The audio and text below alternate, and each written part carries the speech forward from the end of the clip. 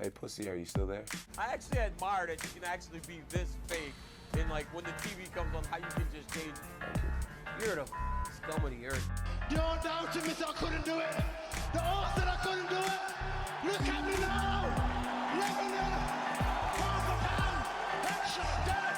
That's it. There's guys out there that are doing this day in and day out. They live and breathe this stuff that they don't get the recognition or credit that they deserve. What is the secret to fighting? Not being a fucking pussy. Honestly, you can teach anybody how to fight. But like, if you're a fucking pussy, that's a really hard thing to teach someone not to be. What is up, fellas? Yo, yo. What it do? What it do? Yo, yo. You already know what it is. We are coming up on the end of the year, boys, and we have UFC 296 this Saturday. Hell yeah. I can't fucking wait. Super excited for that. This is the card, man. I'm super pumped about this one. I think more pumped than any other card we've had this time, man. Like, the prelims are stacked. Yeah, it's going down, dude. there's a lot of like fan favorites and kind of fan haters, like, or not fan haters, but like people the fans dislike. So kind of super excited about that. But yeah, man, we're back again. Episode 46 coming up on the end of the year. The 18th, I was telling Murky earlier, will mark our 1-year anniversary for the Over the Octagon podcast. So shout out to everyone who's been along for the journey, who's been along for the ride this first year of us starting. We are set up for a good 2024, fellas. So I'm super excited about that. And if you're listening at home, if you want to help us get set up for success in 2024, make sure you go to that YouTube, click that subscribe button, like the TikToks, like the Instagram Reels. It helps us out every time we do it. We're now verified on Twitter. So it's gonna be a good year next year, boys. So if you do listen to us, or if you want to help share and tell other people about us, just make sure that they subscribe to that so they can get those weekly updates from us. And then next year, we got a lot of things cooking up for you guys. So you definitely want to stay tuned for that. Absolutely, man. So Absolutely. 2024, baby. Yes, sir. That is the year. We are fucking going wild. hell yeah, my friend. Well, anyways, before we get into UFC 296, I know we've kind of had a not so great fight night last week. Wasn't the best, wasn't awesome. Anthony Smith definitely needs to retire. Anybody else disagree with that statement? No, I don't disagree. But he's trash on the pre-show too. Like, he does the pre-show with Lars Sanko, and he's trash on that too. Well, so I mean, that's what happens when you have CTE, dude. Yeah, so he can retire, mean, but like maybe he should just go be like a, I don't know, like a life coach or something. Life Or like- coach. Yeah, like a dietitian or So I don't know. Yeah. So what did y'all? Maybe he can marry Ian Garry's wife and be the next nutritionist to the next fighter that she seduces and sucks into her succubus lifestyle. I don't know. Anthony Smith don't seem like a herpes of the mouth type of guy, though. Yes, he does. Yeah. Yes, he absolutely does. You're probably right. He looks like he licked his lips a lot in elementary school and got the red lips. Dude, his head looks like that one porno where he shoved his whole entire head up the pussy. You guys remember that one? And that looks like Anthony Smith. Bam, son. Fire off this show with a bang, I tell you. That's fucking awesome.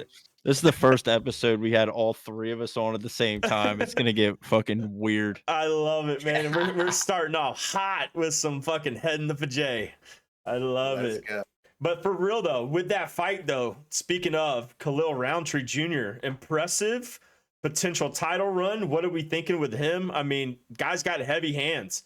I mean, he's definitely capable to fucking put your lights out with a single punch. So do we see him making a solid run, or do we see him fail getting to the Magomeds of the world, or the Yiris or the Yans of the world? Like, what do we kind of see when he gets to that level of skill?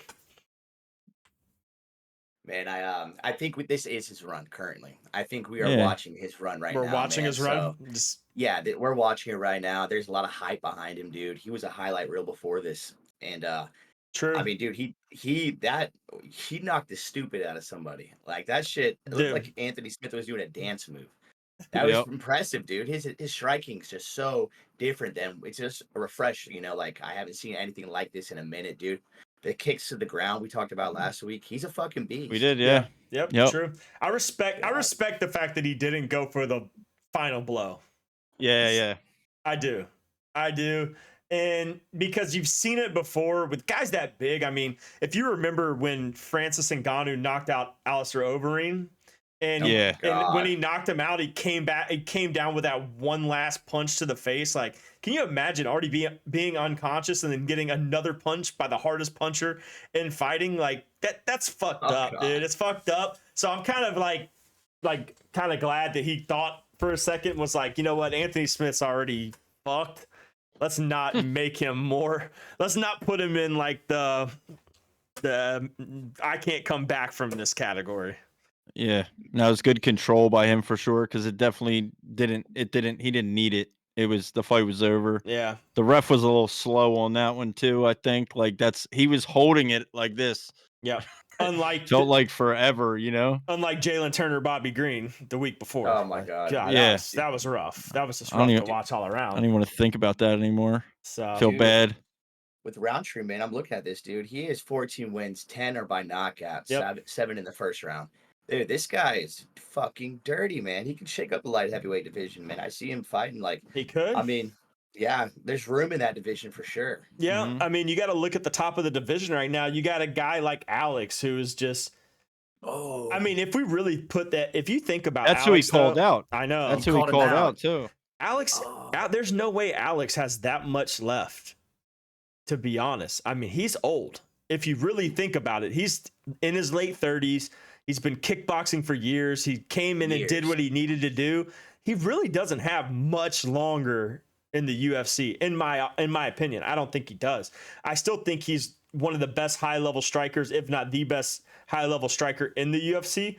But age takes a toll of you, man. Each year is it's gonna take a little bit of toll off his life. And if he defends that title one more time and wins or even loses, I don't know what more he can offer. If he wins, what more does he offer? If he loses, does he bounce back from that? Do we start to see a decline in Alex Pieta? But that's just how I'm thinking about this light heavyweight division, because a guy like him stepping up at his age, he beat a Yuri, but Yuri's still got plenty of time left in his career to win that belt back. You got guys like Jan and Magomed who still have time to win that belt back. Jan's a little bit older, but Magomed still has plenty of time left. And then now you got Khalil Rountree coming in. So, I mean, it's like, what do we do here? And I think Jamal Hill still gets Jamal Hill the next too. shot. I mean, it was his belt, really, right? So you kind of almost forget about Jamal Hill because he's been out for so long. Hill's young, right? I think Jamal Hill's pretty young. Yeah, right? Maybe 30. Yeah, he looks young. Those guys will all be around for a while, for sure.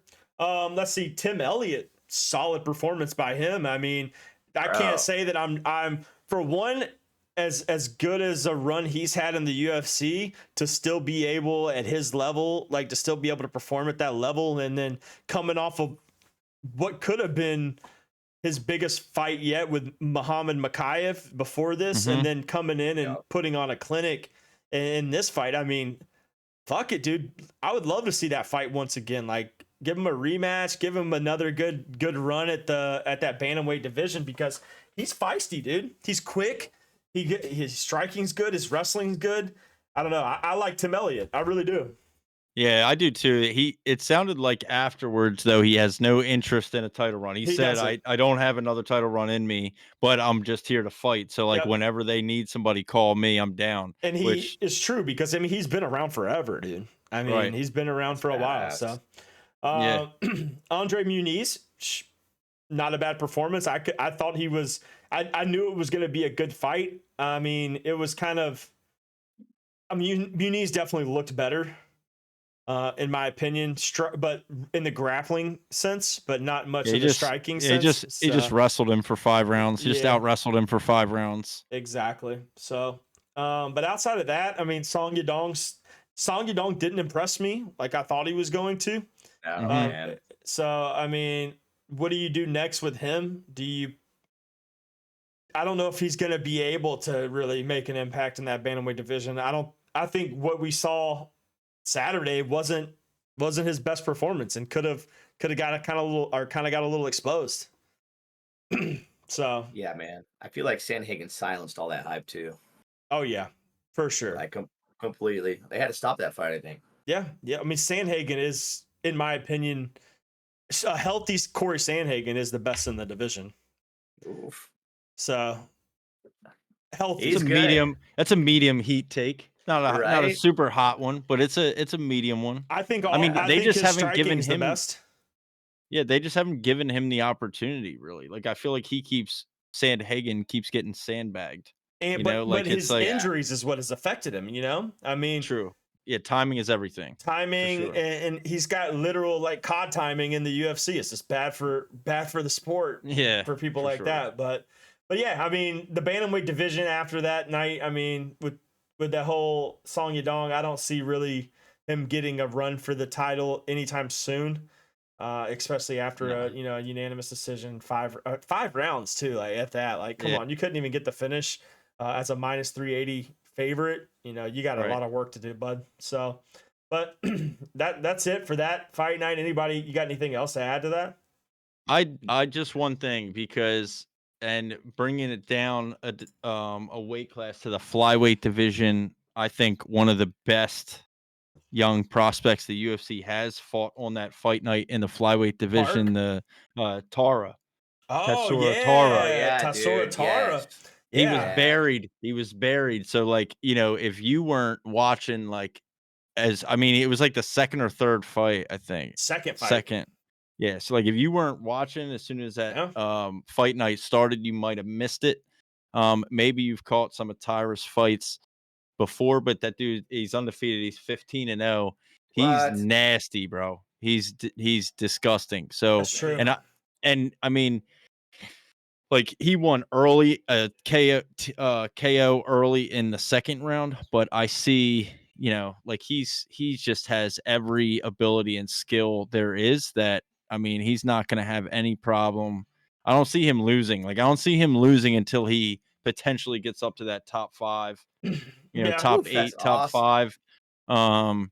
And then the way the flyweight division is, I mean, it's, you know, it could be wide open too, right? Like, Sure. we're about to go to get into 'em. 296. Yeah, so, you know, and like, you look at that title fight. This is probably maybe a good segue to get into 296, Yeah. because like, you look at that title fight, like, I mean, I hate to say it, but it's a co-main title fight, and it's probably like In the your fight opinion. in my opinion, it's In the your fight opinion. on the main card that most people care the least about. Yeah. I mean, like, every other fight is way more exciting to me than that one. Yeah. That's Yeah. just me. No, I can see that. I can definitely see that. I mean, You know, My only God. all right, so we'll segue into 296 I from feel that. you. I think I feel you, dude, actually. like Because Leon and Colby, I care more about. Shavkat, Wonderboy, I care more about. Tony and Patty, I care more about. Not necessarily for any kind of ranking reason, but I, you know, like, just the storyline behind it, the competitiveness of it.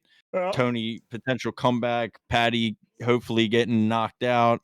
Vincent Luque, Ian Garrett, same thing. Like, every fight has a better story behind it, is more exciting, it's more enticing, it's a bigger draw than Pantoja Royval. It just is. I co-signed the fuck out of that 100%, dude. And it's 100%. crazy. Like, that's so crazy to say, because it's a title fight co-main event There's on so much a major stories. pay-per-view. But Yeah, it's like, man. it's literally the least interesting fight on the main event. You got like Ian Garry. You find out he's a cuck. Tony's training with the fucking crazy dude. I forget David his name right now. Goggins. you mispronounced his name. It's Ian Garry. Okay, Ian Garry. Garry. Shavkat, who's a fucking beast, and he's like, he's just told everyone that he eats horse burgers today. Like, he only eats horse meat where he's from. Like, I did hear that. It was like horse meat's the most delicate meat to us. We eat it all the time. Yeah, it's a little scary, but okay. Yeah, and then no, I really don't give a rat's ass about Pantoja and Brent. Honestly, I didn't know much about this Brandon guy. Of course, I did my research. I watched their original fight, but that one's the least on the tier right there. See, I agree. I like it because I feel like it's going to be quick and fast, and there's going to be a lot of scramble opportunities. There's going to be a lot of mismatched, like clinch fighting in this fight, almost similar to like what you see in ONE FC, where they're just like, or when Brandon Moreno would fight Davison Figueiredo, like these flyweight fights are always high level. They're always entertaining. They're always fast. They are. And I think when you got a guy like Brandon Royval, who's already lost to a guy like Pantoja, a guy who just won the belt, who has been wanting to win the belt, then you got two guys who really have one has nothing to lose and one has everything to lose. You put those two together, and then I think it's going to surprise a lot of people about how good the fight might actually be, in my opinion. Yeah, I agree. I just think and I know that they fought once and Pantoja won, but I think like I would have rather seen the Amir Albazi and Pantoja, but because he's kind of getting jumped over looking. But yeah, I mean, you're right. Every time we see a championship fight for flyweights, all of the fights between Davison Figueiredo and Brandon Moreno always entertaining battles. Yep. Kai Kara France is another one. Yep. Like, he was beating the shit out of Brandon Moreno until he got hit with that liver kick that he just folded on. Like they're so small, they're so fast. When you're that size and you deal with that amount of speed, like you have to just be so technically well-rounded.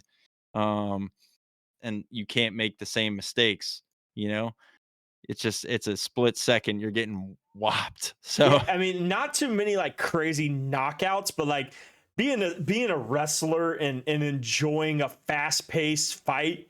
Yeah. Like these guys that are small like that, they might not knock each other out, but they're gonna be going quick, and all it takes is that one, like I'm getting up out of my feet, spinning elbow, or that one catch that could leave these guys out cold. I mean, and they're small too, which makes the fast go by. I feel like the pace is going to be there. It's not just going to be a stand up, like, kind of control the distance striking fight. It's going to be go, go, go the whole time. And then it's going to become an endurance fight at this point. That's what I was going to say. Yeah, that's what I was going to say was the pace rounds, too. The pace for flyweights is absurd. And I could totally see it going the distance. Yeah. I could. Yeah.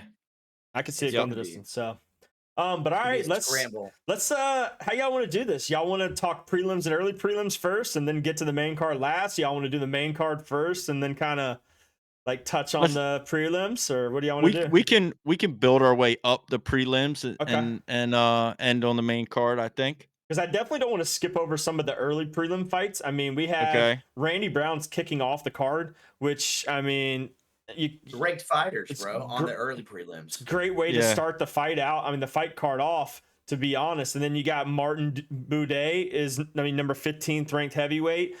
Start our second fight of the night. Then Andre Fili. I mean, Andre Fili's a fucking monster. So, and then he gets, it's a pretty fair fight for him. So I think, and then you got right after that in the early prelims, you got 2 ranked fights to finish it off. So you got number 12 flyweight and the number 15 flyweight fighting each other. And then the light heavyweight bout, Dustin Jacoby and Alonzo Manafeld, 14 and 15 in the light heavyweights fighting it off. I actually kind of like Alonzo Manafeld as the underdog in this fight against Dustin Jacoby. I mean, so do I. He's huge, bro. He's a fucking unit. He is, but he folds like a fucking lawn chair, bro, if he gets caught. I've seen his ass get caught, boy. He's just one of those guys. He's a big motherfucker, but if he gets caught, he's out, bro. But if he catches you, same thing. But I mean, but Dustin Jacoby, I feel like Dustin Jacoby's been fighting for quite some time. I mean, he might be on kind of the end of his run, but at the same time, he's gone 3 rounds with, Khalil Rountree before. He's been around for a while. So dude, he's been fighting in the UFC since 2011. Yeah, so quite some fucking time, right? No chin. No chin, Jacoby. He took a long break though, and then came back. No, so I don't know. I like Alonzo Manafeld as the underdog. That could just be me. But if I had to pick one, that's who I'm picking. I like him as plus 210. It's kind of nice, to be honest. Yeah, Alonzo Manafeld plus 210. I like that. Yeah, it's fucking nice, to be honest. Yeah, I'm a fan. Nice. So, now as far as the early prelims, those are the the better fights. I think the Fili Almeida fight will be the best fight on the prelims. I think that's as close as a matchup as you're going to get. But as far as the prelims, though, now we're getting into some good shit. So we're starting out the prelims with Casey O'Neill and Lipsky. I mean, yeah, great. Woohoo, we're starting the night out with some ladies, baby. Who's not excited? Are you betting? Are you putting a bet down on women's MMA I'm again? putting my house down on inside the distance knockout Casey O'Neill. Oh, dude, I DM'd her before. You already know which way I'm going for this one. That's my shorty. I love it. Hell no, I'm never betting women's MMA ever again.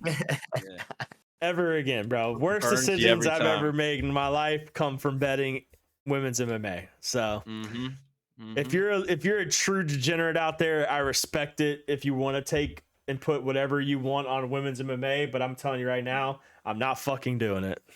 Yeah, we learned our lesson, man. Can't do it again. Can't do it. No. But I do like Casey O'Neill in this fight. I think Casey O'Neill still had a lot left in her. I mean, she was on a good run, loss. She's making her run back. I think she still got it in her. So, but anyways, now let's get into some good shit. Cody Garbrandt is back against Brian Kelleher. Cody Garbrandt, at any moment could be the old Cody Garbrandt and could literally turn this fight into a clinic, if I'm being honest. But then again, Garbrandt is also a guy who, if he gets caught, it's fucking out like a light. Right. So, yeah, his chin's gone for sure. Yep. I mean, Dillashaw took that from him a long time ago. Yeah, that's for damn sure. I mean, dude, he pretty much said retire. He didn't really just retire, but I mean, dude, there was something died within him with that fight, the second one especially. But I mean, if you truly go back and watch some of his old fights, though, like he literally looked like he couldn't get hit, bro. He was until TJ Dillashaw showed him what the fuck was up. Cody Garbrandt was an animal, bro. I mean, he was a champ, dude. And he was a good reason why he was. So I don't take his skills away from him, but I mean, his prime is far from there like he used to be. But he did look good in his last fight. He looked really fucking good. Yeah, he was on a bit of a skid, and he finally got back into the win column there. Yeah. So I mean, you get a good win like that, you get your mindset back on track. Who knows what he could do? I mean, I don't know about making a title run, but I mean, he could definitely shake up some fucking scenes in the bantamweight division. I mean, he's only 32. Yeah, right? I know. I mean, but he's only 32. But that's like saying he's 32 in dog years in the UFC. You know what I'm saying? The guy's been fighting for a while. His chin's been tested a lot.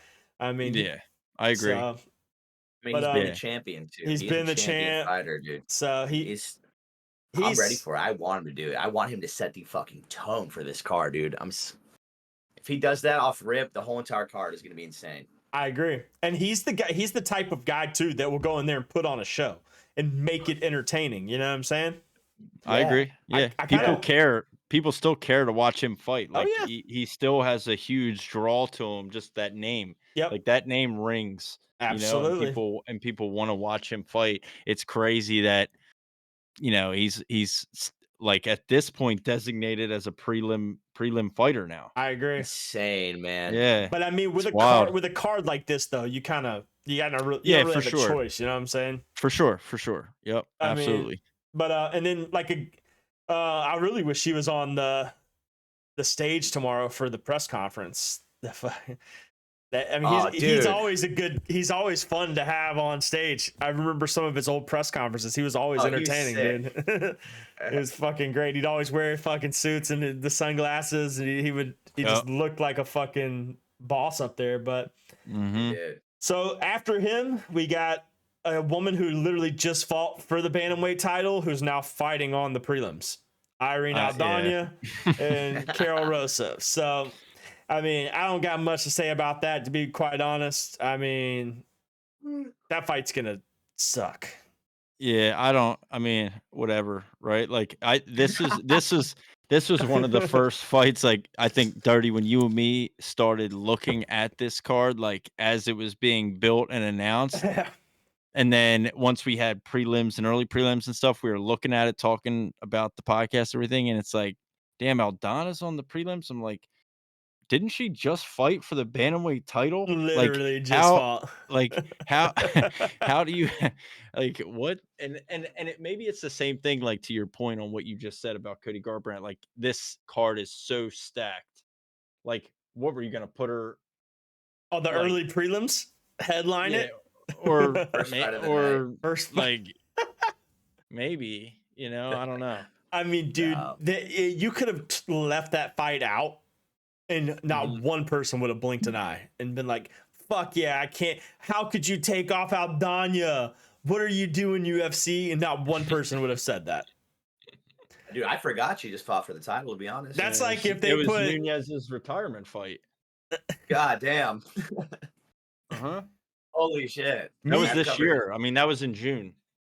Literally. That's insane. That's insane. And she got beat to a pulp by Nunes, and Nunes just like, I'm out. Peace. Yeah, she deuced. Maybe her and Bilal Muhammad can fucking fight each other for the world's fucking biggest losers. Bilal Muhammad? Jesus. They just get married or something. Yeah, right. You know what I mean? I don't know. Bilal's a fucking weirdo. Yeah, he looks like one of the bad guys from Aladdin or something. Speaking of that, did you see in the media day today, like they asked Colby Covington about Bilal? So Bilal is officially the backup fighter. I saw that. The title fight with Leon and Colby. And Colby, they asked Colby, does that mean that Bilal gets the next title shot? He was like, hell no. Hell no. Yeah. What has he done to deserve it? Yep. Well, what the fuck has Colby done to deserve it, to be quite fair? But yeah, so I guess to his point, I guess I'm not sure what he was referencing, but he made a comment suggesting that Bilal basically was saying that the only reason Colby's getting this shot is because of white privilege. Okay. That he doesn't deserve it, and Bilal does, which is his whole shtick anyway, right? He's such a loser, bro. He plays dork. That's why I don't like Bilal Muhammad. He just constantly like plays this like he has like the biggest victim mentality ever. Like, nobody likes me. The UFC is unfair. Let's look at all the champions in the UFC, and you tell me what white privilege is in the UFC, motherfucker. Right. Get the fuck out of here. So there's actually been a decline. That was kind of Colby's response. Like, no, why does he deserve it? Like, and Colby basically is saying he deserves it because of who he is and the draw that he is and how much attention he brings to the fight. Like, would the main event of UFC 296 have as much draw to it if it was Leon Edwards and Bilal Muhammad? Hell no. Not even close. Dude, no. Ew. Nobody even wants that. Nobody, not even close, right? No. So you put Covington on it, and now all of a sudden it's like, oh shit, like, oh yeah, okay, yeah, right? So yeah, that was kind of his point. He hasn't done anything to make himself stand out enough to deserve that chance. And yeah, Bilal Muhammad, this just popped in my head. You guys know Eeyore from Winnie the Pooh? Yeah. He's always like, I'm gonna edit a picture of Eeyore and Bilal Muhammad's face. And post that shit on Twitter later. That's fucking awesome. Dude, they look similar. Yeah, it's the attitude. Hey, it's but the attitude. Speaking of that, the press meetings today with Colby, did you hear him say, fuck you, LeBron James? Yes, I did. Yeah, I did see that at the end. He was like, and then mic drop and walked off stage. Yeah. He said, fuck you, LeBron James. Or however he called him. Yeah, because he was like, if you don't like America and you want to support those fucking Chinese and the sweatshops and you got all these brand deals and all this stuff, how about you just go to China and fuck you, LeBron James? And he fucking left. I'm a fan. I was like, holy shit, dude. He got so much heat from that shit. It's awesome. He doesn't give a fuck, and he was like stuttering through that too. It was so weird. I was like, what is he like drunk on stage right now, or like what's going on? That show was funny. The dude showed up in a fucking suit with Donald Trump's mugshot on the back of it, and He said, did, yeah. "Make America Great Again" on the sides. I'm watching this round when we're done. Yeah, you have to. You have to, bro. It Oh was my awesome. god. As much as I think he's a imbecile, that shit's kind of funny. Dude, yeah. I mean, he is a jackass. Like he's Anytime 100% a guy jackass. will get on stage and say "fuck you, LeBron James," I love it. Yeah. I love it. He I'm not tried, glad he tried to get Ugh. Donald Trump to walk him out, and Dana White I said bet. no. Yeah, Dana White Right. wouldn't allow it. Well, what they are going to allow Put the is belt on him? if Yeah. Colby wins the belt, Trump's gonna put the belt on him. Could you imagine that though? Oh That's my that's god. pretty fucking historic, if you ask me. I mean, yeah, it's a fucking president. Like I know, Not only I that, know but the it- most controversial president in the history of America. right, and I know that's like that. The controversy itself takes away from the fact that he literally was the fucking president of the Yeah, United States. Exactly. Like I don't like. You just got the fucking literally- belt, UFC, the baddest belt you can wear, put on you by the president of the United States. Right. Yeah. So it's fucking crazy. That's wild, dude. That's a pretty fucking historic moment, if you ask me. I Yeah, don't care it would- who I don't care who the president was. I mean, fuck, dude. If another person won, and I mean, I'm not even gonna say Biden because he probably couldn't even fucking put the belt on you. He'd probably fall over. He couldn't get up the steps to get into the octagon anyway. He'd fucking the ref would be checking him for knockout procedures if he walked Yeah. in the cage. But like if He'd give you his belt. Obama put a belt on somebody, you know what I'm saying? Like Yeah. that shit would be historic as fuck, regardless of It's who the huge. president was. But It's huge. yeah, that's pretty wild. So if that does happen, which I don't want it to, that shit's crazy. Yep, But- for sure. All right, so we got a little sidetracked, but anyways, we'll wrap it right back in. Finishing off the prelims, a banger, boys. We originally had Josh Emmett and Giga Shakidrick, and obviously he's out. So Bryce Mitchell stepped in. There's on no short way notice. that's how you say that name, right? There's no fucking way. Yeah, it is. Say that again. Jiggymon. Giga Shakidrick. There's no way, bro. There's no way. Shakidrick. There's no fucking way. I mean, I'm sure there's a little bit of slang to it, but I mean, Giga Sahijik. Giga Shakidrick or Shikadidrick or however. That's got to be, right? Giga. All right, so Giga. Yeah, it was Giga supposed to be Giga. Shakidrick. Yeah. I'm telling you, we're Giga's going to look cooler. that shit up, actually. Fuck that. We're looking it up. How do you Yeah, pronounce figure it it? out. Giga Giga would be cooler. should. Well, that's his first name. Oh, that's Giga for sure. Giga Shakidze.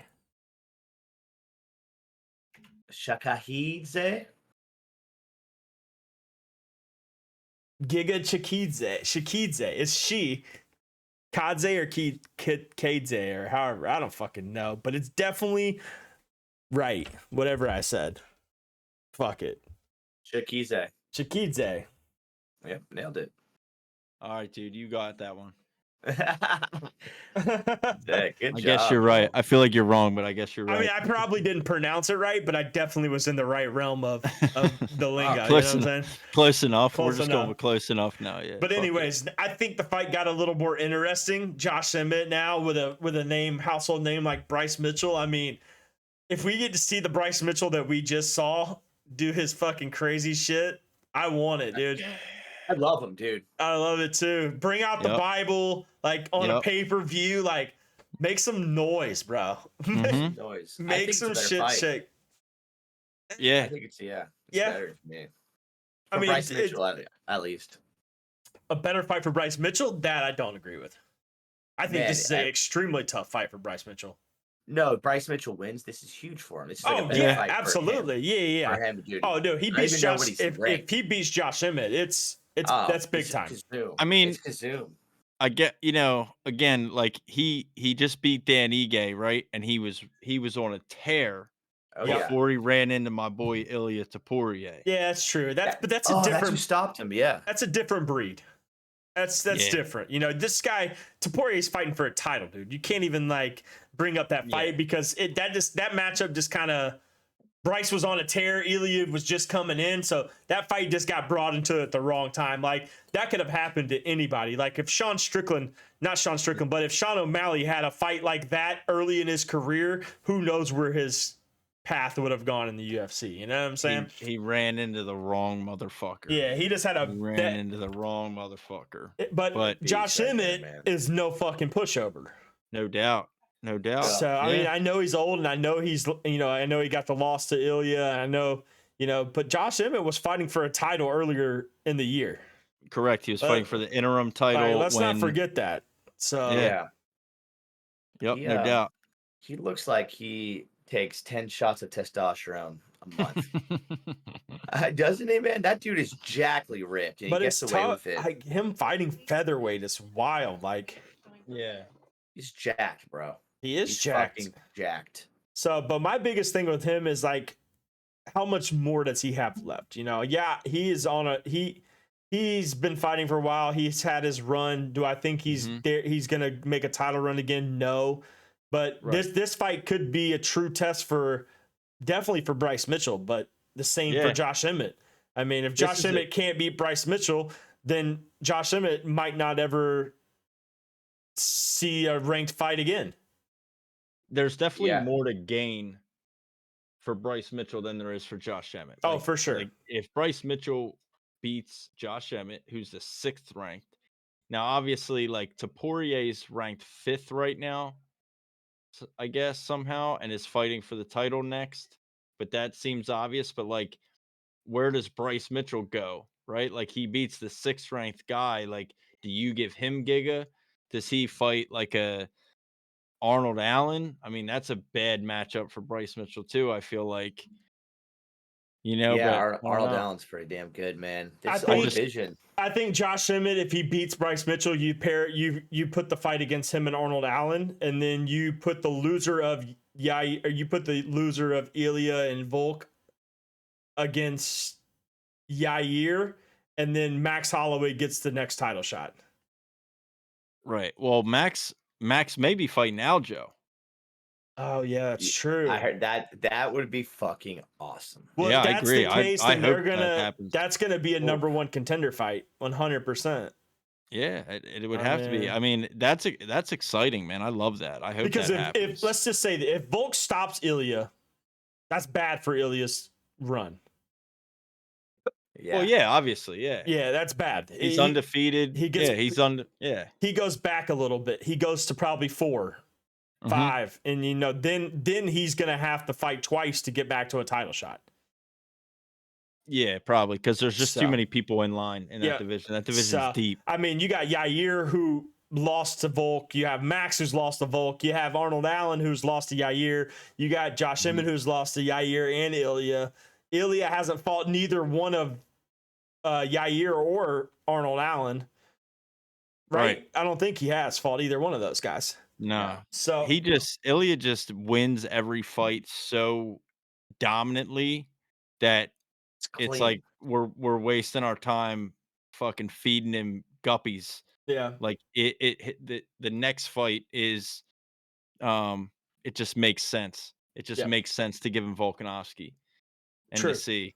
Yeah, just test his skills, man. Test to see where he's at. He proved it to me, man. That guy is fucking. If this is his test, and if he wins this, the fucking game is fucked. Oh yeah. If he's shaking the world. Oh yeah.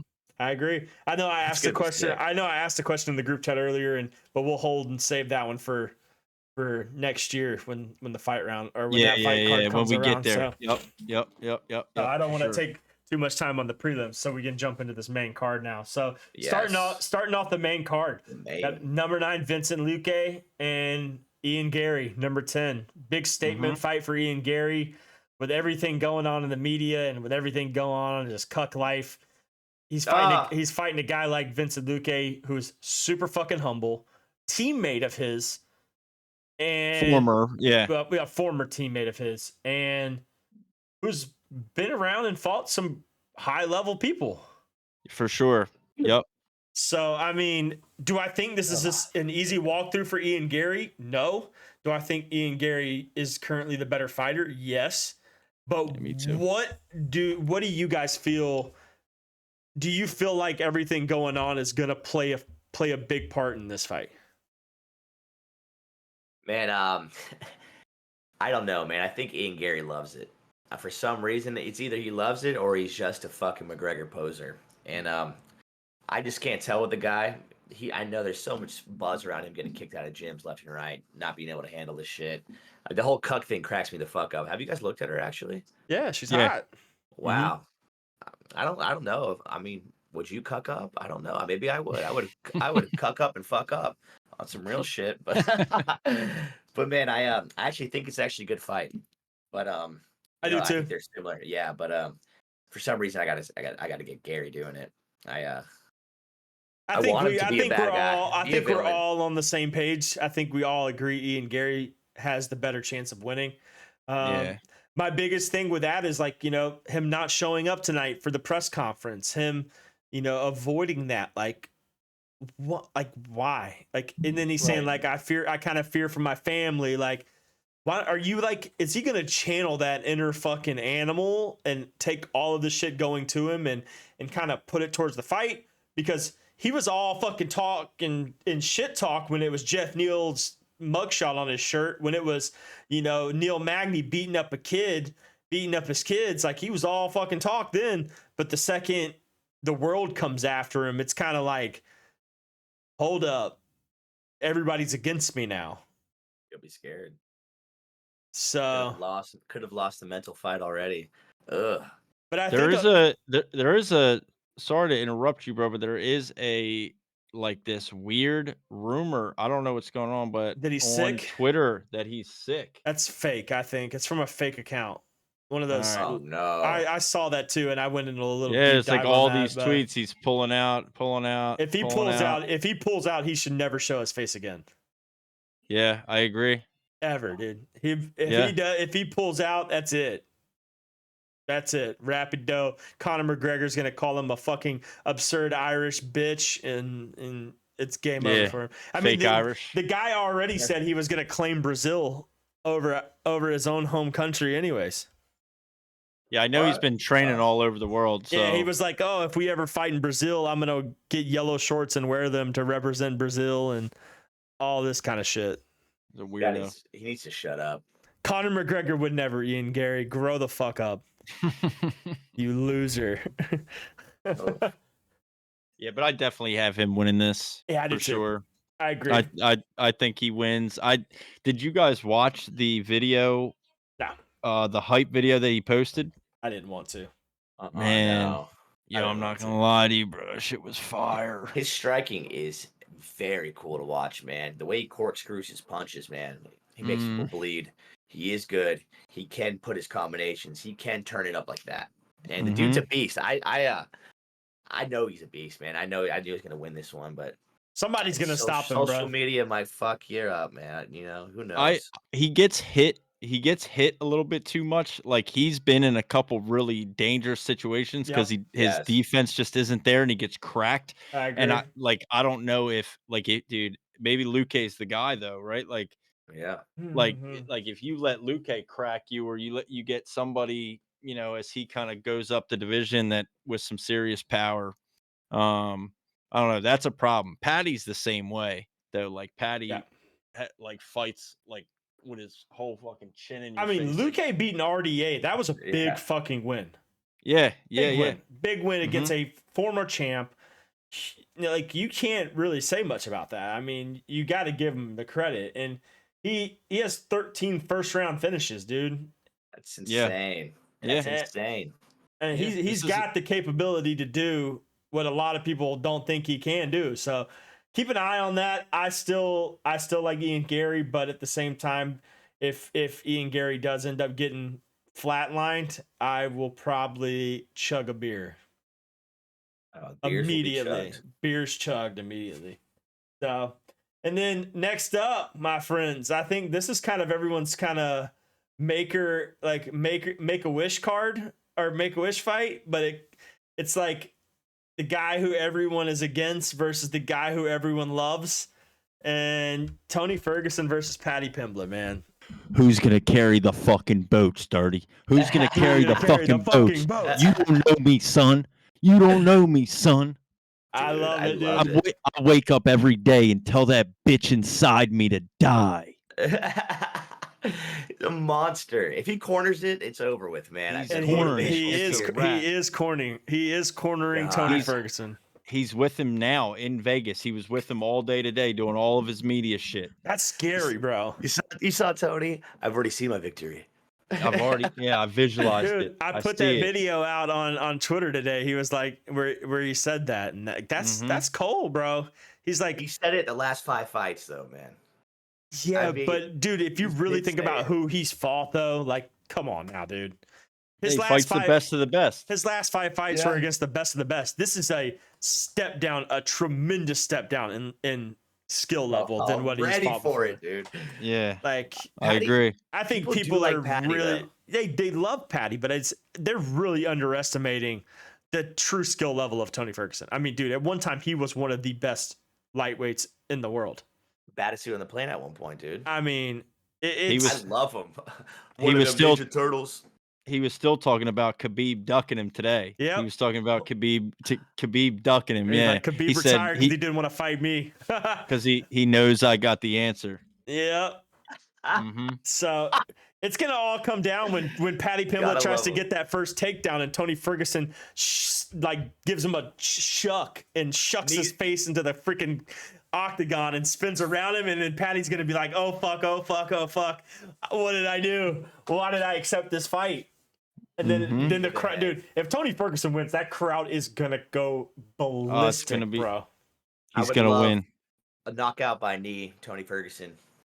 Just fucking shoot on me and just fucking bury his head in there. Dude, that's actually, I like that. Yeah. Dirty, right? I see it. I see it. I can see it. I can totally see it. That would be sick. So what happens if Tony Ferguson wins? Paddy Pimblett, hype done forever, right? Yeah, I mean, he's a bum. Yeah, he fights Holly Holmes next. we'll have UFC 300. Misha Tate, Holly Holm, Paddy Pimblett, fatal 3-way in a steel cage. And Bilal Muhammad as the co-main.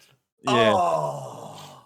Might as well give him into a tables, ladders, and chairs match. Lingerie match at this point. Oh my god. Yeah. But yeah, it's the only way I'll watch him. I'm really excited for this, man, because the whole world wants Tony Ferguson to knock him the fuck out.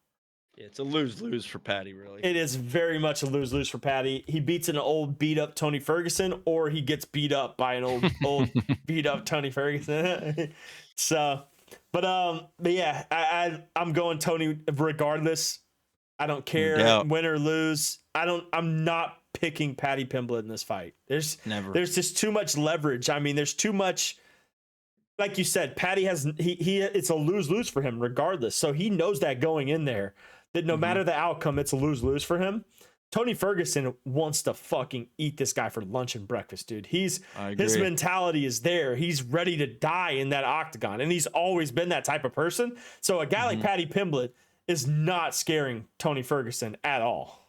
Right. No. So, I mean, it's a lose-lose for Paddy, a win. It's a historic win for Tony Ferguson, regardless. Retire after that, Tony. Oh, he retires on top, dude. Calling it. Yeah. He wins, he retires on top, 100%. Please, dude, become a commentator. I would love to hear you commentate with your dumb ass. It'd be sick, dude. I love it. But yeah, then now we're getting to the spicy juices, bro. Shavkat Rakhmonov versus Wonderboy, man. This one's a tough one for me, man, because I love Wonderboy, man. I've always been a fan.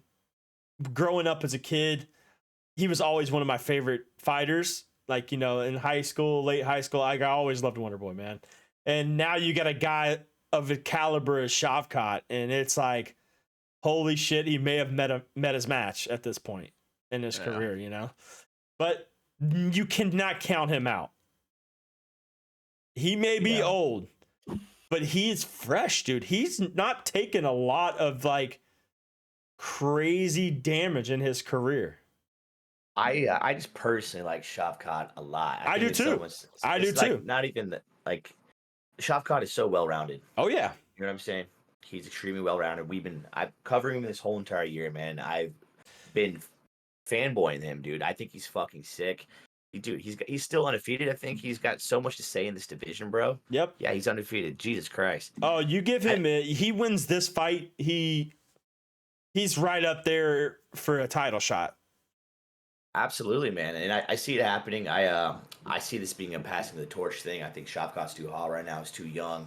And this is going to be that defining moment where after this, man, you could give him like a number 1 contender fight. You could give him a title shot. If shit happens where the number 2 and 3 are fighting each other, then shit, you could randomly get a title fight. That's how the fucking game works now. And it's so good. It gives people openings instead of waiting 2 years to get a fucking title shot like back in the day. It's very crazy to me though that he is the heaviest favorite on the card.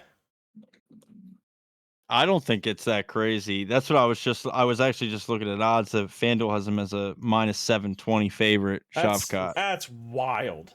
Yeah, that's huge. I mean, that's huge. I think he wins by submission. Submissions plus 140. I might even go like a little method and round combo, like the thing I like though, Shavkat submission round 1's plus 430. The thing I do like though about Wonderboy is win or lose, he's gonna go out humble and he's gonna go out. Yeah, he's class act. He's a class act, dude. He's one of the best to ever do it. He's one of the most humble guys that's ever been in the UFC. If he does lose, he'll have no problem congratulating Shavkat. He'll have no problem passing the torch. He's the same type of guy that would go and retire and then go and train with a guy that just beat him to make him better. You know, that's just the type of guy he is. So. But mad respect to Wonderboy. He's always been one of my favorites. But I definitely love this passing of the torch fight. It almost seems that way.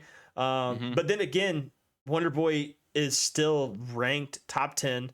And if he does pull it off, what's next then? Like, what do you do if he beats Shavkat, dude?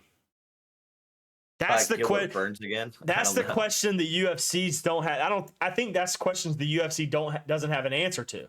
Like, what happens when a guy like that upsets a guy who's so hot and has so much potential to be a champion? Like, what do you do at that point? You know? Wonderboy's not super active. No, he's right? not. So, like, fresh. it would be unfortunate for Shavkat if that is his first loss, because like you're not going to get that one back probably. Nope. He's Wonderboy's 40. Yep. You know what I mean? So like, Jesus, he might go out. He might just go out on top. I was watching the UFC embedded video, the first one that came out on YouTube, and you know, he's like teaching karate at his family's karate school and shit. You know, I think, you know, I don't know. So, but I don't really see him making too much of like a serious run at 40 years old. Nah, I don't either. Fuck no, man. I envision this fight. We're 2 minutes and 50 seconds left in the third round. Wonderboy and Shavkat, center of the octagon, this swinging away, going out with a bang, going out blazing, huh? Going out blazing. It's hard to finish Wonderboy, man. It's hard to finish him, dude. He's good. That's what I'm saying. He hasn't took that crazy amount of damage like that. Oh man, so, I hope he goes out with a bang. I mean, honestly, we could see a couple retirements on this because card. when Shavkat fought Jeff Neal, he got caught a couple times.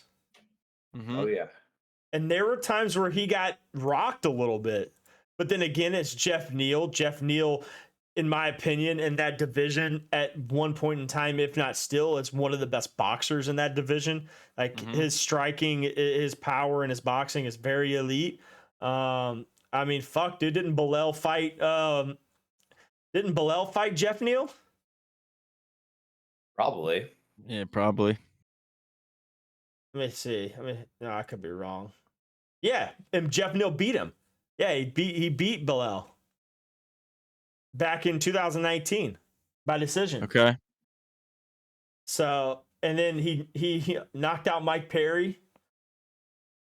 Wonderboy beat Jeff Neal. Yeah. So, I mean, I don't know. Wait, did Shavkat fight Jeff Neal? I swore he did. I believe so, yeah. It's on here as a fight, but did it get canceled or am I just tripping right now? Yeah, it's crazy. Belal lost to Jeff Neal. Yeah, I remember Plus that. Bilal should just shut the fuck up for forever then. Right? Yeah, Well, we're gonna dig up that dirt real quick. Yeah, Man. Do you remember when stupid he lost bitch. to Jeff Neal? Yeah, hands of steel, Jeff Neal. Hands of steel, Ian Jeff Garry Neal. wore. Remember how Ian Garry wore his mugshot, You see, that was the fight that should have happened. and you lost to him. Ian You Garry, fucking bum. that to be honest, could have been the fight where Ian Garry got fucked up. Yeah, for sure. So This is I think a harder fight for him. Oh, you think definitely Luque is a harder. harder fight than Jeff Neal? I don't know, man. Yeah. How old is Jeff Neal? Jeff Neal definitely old too, I think. Yeah, but Jeff Neal, man, his striking is high level, dude. He's fucking good and strong, man. I don't know, but I like that. I like the matchup. I like the Luque matchup. Luque sounds like a humble dude, and I hope he humbles the fuck out of Ian Garry. So, but anyways, now we're into the co-main.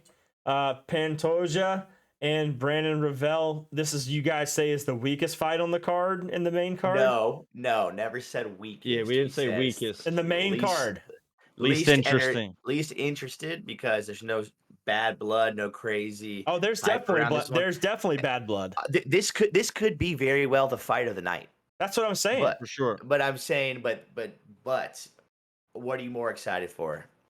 All the other ones, for sure. Yeah, I went down the whole line, asked you every fight. Are you more excited for Leon, Colby, or Pantoja, Royval? Oh yeah, obviously I'm more excited for Leon. Shavkat, Wonderboy. I'm 50-50. No, shut the fuck up. 50-50, you lying piece of shit. He's full of Tony Patty Oh, I Pimblett. love Tony Patty Pimblett. Give it to me. Feed it to me. And then crap. even Luque, Ian Garry. I don't really care about that fight. You're a liar. You're just liar. you're sitting here on this podcast coming up on the 1-year anniversary of the podcast, and you're just lying to people now. Nope. That's what we're doing. Now we're just being liars. You're right. So, it's a dude, fucking he's shitty watched fight. more Ian Garry video clips all day than anyone has. He's a Actually- stand for Ian Garry. Yeah, he is. Hell no, I'm not. Yeah, you are, dude. No, He's got his card, dude. He's got a signed Ian Garry card in his collection. I know it. No. You read the Cuck book today. I know you read the whole entire book. I'm gonna read it. It's called Being a Wag. No, I'm just kidding. Yeah. I do like the Pantoja. I do like the Pantoja Royval fight. There is bad blood there, though. I mean, Pantoja's already beaten. He's beaten Royval before. Royval wants the rematch. He got the rematch. So I mean, flyweight fights they're not the same unless Mighty Mouse is around. So I mean, they haven't been in a long time. Even Right. I mean, we got a 4-fight a quadrilogy or whatever the fuck that word is Oof. between fucking Figueiredo and Brandon Moreno. Right. And yeah. then, so I mean, it's been a dead division for a long time. So it's kind of good to see fresh blood and fresh faces fighting for that title. So. I'm not saying that. I have no doubt it's going to be a banger. Flyweight fights, to your point earlier, flyweight fights always are. Yep. It's going to be a good fight. Like Nasty said, it could be the fight of the night for sure. Good. All we were saying in the beginning was It's the it's least the interesting. least Yeah, interesting. I know. It's the least interesting, which is like wild. That's such a wild thing to say about a co-main title fight. I mean, But that's just how stacked this card is. Everything about this card is just so fucking interesting. I tell you right now, it's better than having a fucking women's co-main. Oh God. So it's definitely better than like they could have really fucked up and gave a Shevchenko Grasso 45 and or like why not Juliana Pena and Aldana? Aldana, yeah. Oh, Juliana Pena all day. Yeah. Dude, Pena's gonna get fucked. I mean, I thought that whole division is fucked, dude. Tatiana Suarez is about to hold that belt and hold that strap for a long time. I agree. Yeah, she's a beast. All right, man. Main event time, boys. Main event, boys. I know we're all kind of. I think we're all on the same page in this. You don't know that. I want to hear it. Let's go around the room. Start with Murky, and you're next, Nasty. Who do you got, Leon or Colby?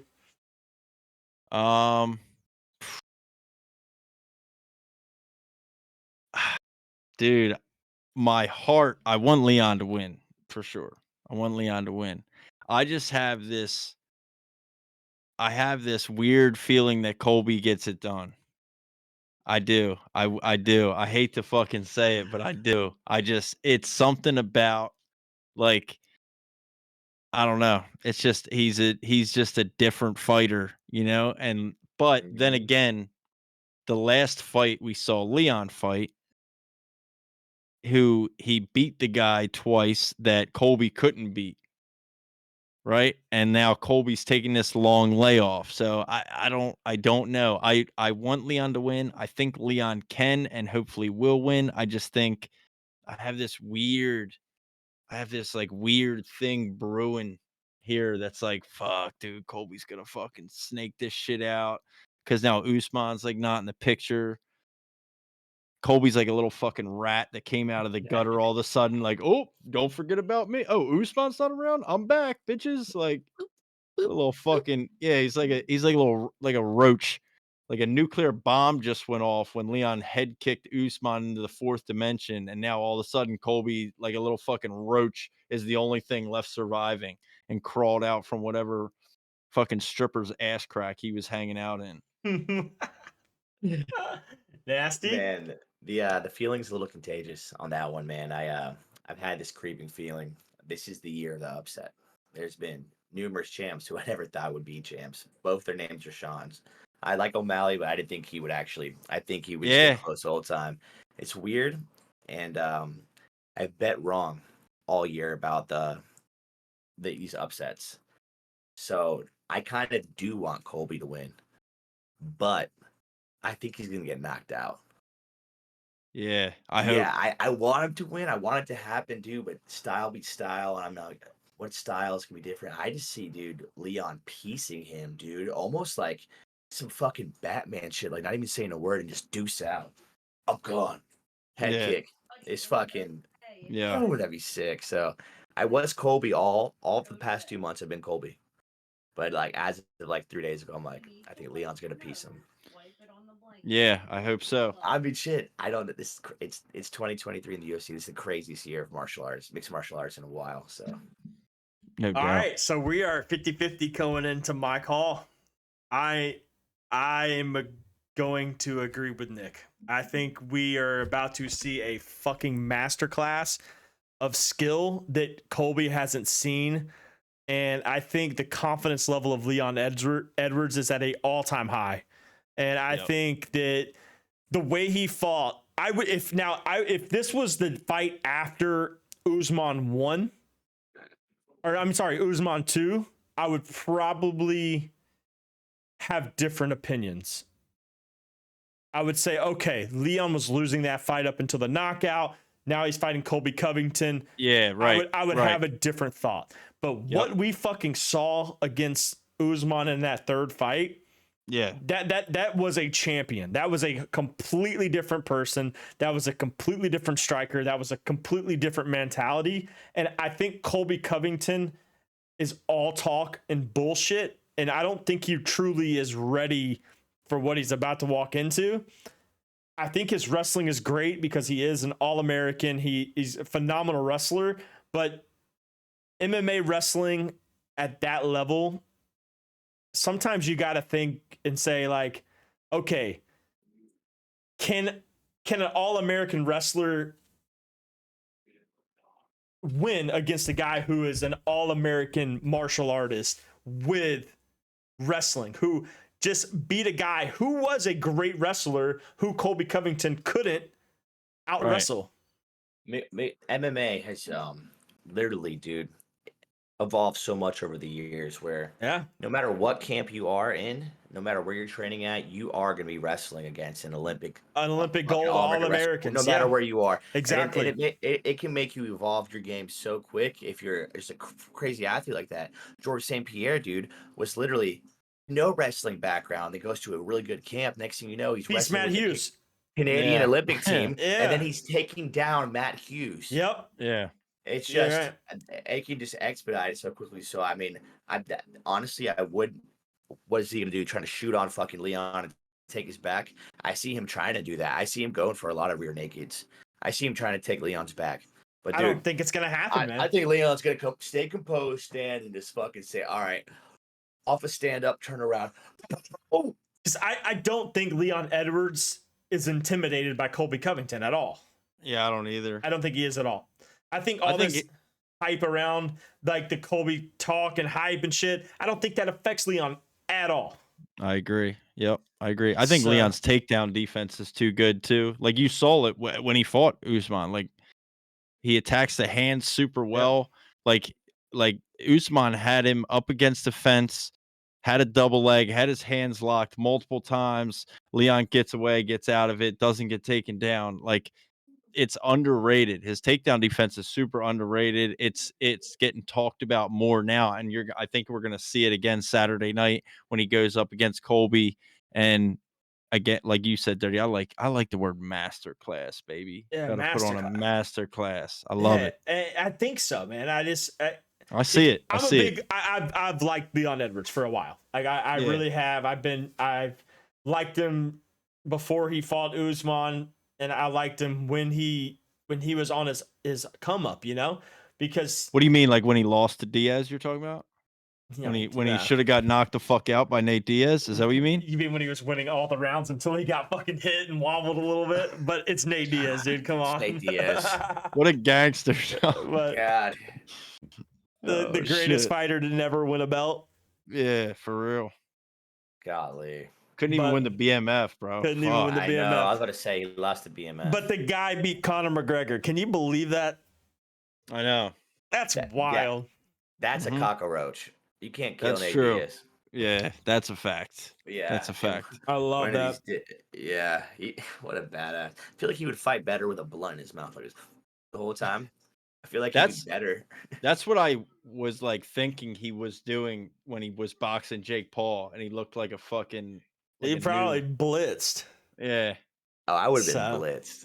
He was trying to guillotine him and take him down and shit. Like, what the fuck are we doing? I think we see Leon Edwards win, and I think we see Leon Edwards TKO? Yeah, I like him by TKO. I like him in the distance. I don't think this fight goes the distance. I know a lot of people are talking about like, the altitude level that Leon's training in versus the altitude level Colby's training in. Is that going to play a factor? I don't think so. I think what we're going to see is we're going to see the UFC obviously set up Leon Edwards, Belal Muhammad 2. They're going to fucking give us the biggest hawk of bullshit we can see. Leon's going to beat the piss out of Belal Muhammad. Then he's going to step up a weight class. And he's going to. Well, he said he's doing that after this. He said he wants that after this fight. He wants to go up a weight after this fight. I'd love to see it. One more. He said one more defense. This would be one more defense, and then you go up and fight Sean Strickland. 3 defenses, or not 2 title defenses, and the title win. I don't. Yeah, I'm. To be honest, it may be smart for him to do that because if you look at the division, man, if Shavkat beats Wonderboy, you're potentially looking at there's no way he goes up, dude, because the UFC is not going to allow Belal Muhammad to fight for a fucking interim title shot, an interim belt for the welterweight division, dude. It's not. There's no fucking way. You know what? That would be the most Belal Muhammad shit. Is if he won the belt because Leon stepped up a weight class and then he was able to win the belt. Yeah, I agree. Fucking gay. That would be the most bullshit thing ever. But he's going to end up. What the UFC should do, actually, Dana White, if you're listening, listen to this. Let Leon step up and then put Belal Muhammad versus Shavkat Rakhmonov for the title shot. And let's see how fucking fair and played out Belal Muhammad does against a guy like Shavkat Rakhmonov. I like that. Yeah, don't give him Usman or Burns or Colby. Yeah, just give him Shavkat. Call it a day. Send Belal back into the PFL and Bellator. And let him go be, a champion over there and tweet all day long about how great he is. Yeah. And no one will believe it, but he will, and that's fine. But it won't matter because he won't be relevant at all. So let's just make that shit happen. I think what we're about to see, boys, is we're about to see exactly what we saw when Henry Cejudo came back and fought Aljamain Sterling. It's exactly what we're going to see with Leon Edwards Colby. Oh, man, that's great. I just saw that, and I see that. It's exactly what we're going to see. Colby's going to lose Colby's going to be the Henry Cejudo. He's going to fight for the #1 contender fight again, except for this time he's going to have to fight Shavkat Rakhmonov, or he's going to have to fight Gilbert Burns or Belal Muhammad, and then it's on from there. He's gonna shoot about 20 times. 100%. So what's the over under on how many shots? Yeah, he's gonna be running for a takedown. We got props on that. I did see a prop though that was, will there be a point deducted in this fight? It was plus 2,200. Because Leon Edwards has had points deducted in fights before for grabbing the fence, grabbing the gloves. Like Colby if Colby gets him in a weird scramble and Leon tries to get up and grabs the fence, could we see a point deducted Leon's way? Do I think it's going to happen to the champ? Highly unlikely, but Herb Dean, motherfucker. Never know. Yeah, you never know. You never know with the props. Yeah, so Herb Dean's reffing the main or the main, and Mark Goddard's refereeing the co-main. Nice. So 2 legends. So can't really beat it. Can't beat that. But yeah, I like the bet though. I think it's like plus 300 for Leon by KO TKO.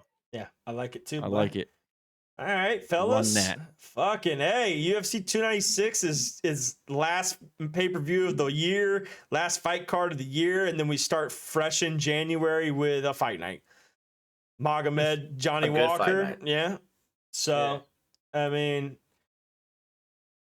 we got a good year ahead of us, my boys, and it was confirmed today. I'm looking at the first fight card of the year. If Jim Miller is confirmed to have a secured spot on UFC 300 per Dana White, so hell yeah. But yeah, man, that's all I got as far as the fight cards. Any other news you got off the top of your head, or anything you guys want to add? I know we're gonna be doing a special episode next week, just kind of like a yearly recap, just kind of fucking shooting the shit, talking about all the fights throughout the year, kind of enjoying the fun, little Christmas special for everyone. So stay tuned for that. But as far as MMA news, I know they had a lot of announcements last night.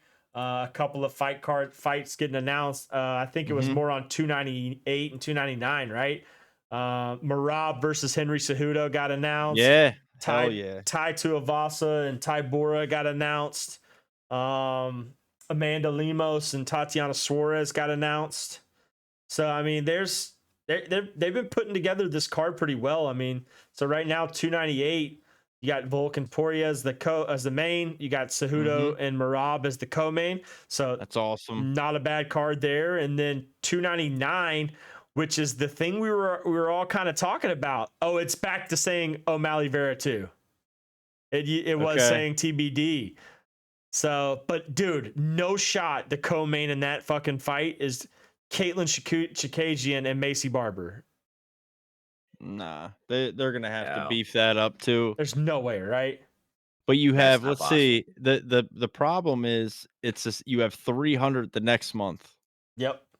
Right. So, I mean, who do you? So my argument to that was, the reason why I said that was because UFC 300 is set to likely have Conor McGregor on it.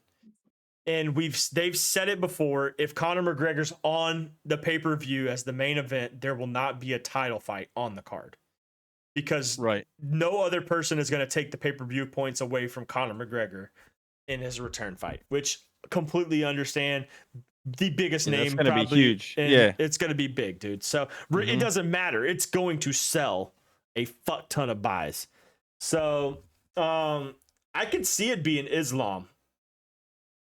I could see it being, but then again, would they make Islam a co-main? I don't think they would. Right. So that's my biggest thing. Is like I don't think you can make O'Malley Vera a co-main at this point, because it's already it's come out, bro. Like that's the fight. Like that was the headlining fight that's made that card. Unless John Jones is healthy and you do John Jones Stipe as the main event. That's the only way it works. I don't see Jones being able to turn around from a fucking torn pec in 3 months. But I mean, they got Curtis Blades, Jalton Almeida announced. Hell of a fight. First blades, dirty. Gamrot versus RDA. Great fucking fight. So, I mean, a lot of good fights got announced, boys. I mean, we got a good 2024 ahead of us all the way up until freaking March, man. This thing's and then 300 in April. This thing's soaring, man. We'll get UFC 300. I'm calling it now, and we'll talk about it next week a little more. I think I said this on the last podcast with you, Nick. I think they announced UFC 300 on New Year's Eve. Yep. Okay. I think it's like a New Year's Eve, like Dana White special announcement, breaking news, New Year's Eve. Hey guys, Happy New Year. We're going into the new year with this special announcement. UFC 300 will be Conor McGregor versus blank. Michael Chandler? It's got to be Michael Chandler, right? Islam Makhachev. Yeah. Oh, boy. Oof. That's a bad fight for Conor, bro. I don't know. I don't like it. A bad fight, but I guarantee you it sells the most fucking... Oh, it would be crazy. It would sell the most pay-per-views of any pay-per-view in the history of the sport. Do you get Khabib back in Islam's corner? Does he come back or no? Without a doubt. Yeah, that alone would be incredible. Without a doubt. Because you saw him the other day at the boxing fight. They were across the boxing ring from each other. Like maybe they're putting little fucking pieces, you know what I'm saying? That video was like trying to make something out of it, dude. I watched it. I'm like, these motherfuckers don't give a shit. They're not looking at each other. They're not like, there was like no gesture. There was nothing. Like they're both just like sitting there watching a fight. I feel like obviously they fucking hate each other. They don't like each other, but that shit's in the past, dude. That's been a while. Maybe. I don't know. But anyways, that's it, boys. That's all I got. Great episode. I think going into next week with our special, year episode, it's gonna have a lot of good fun, and I'm super excited for this Saturday. We'll have it on in the Discord. I'll be in there. Murky will be in there. Nasty will likely be in there as well. So come in there, join us, watch the fights, hang out, vibe. But that's all I got, boys. If y'all ain't got anything else, we can wrap it up and then we can catch back up on Saturday for fights.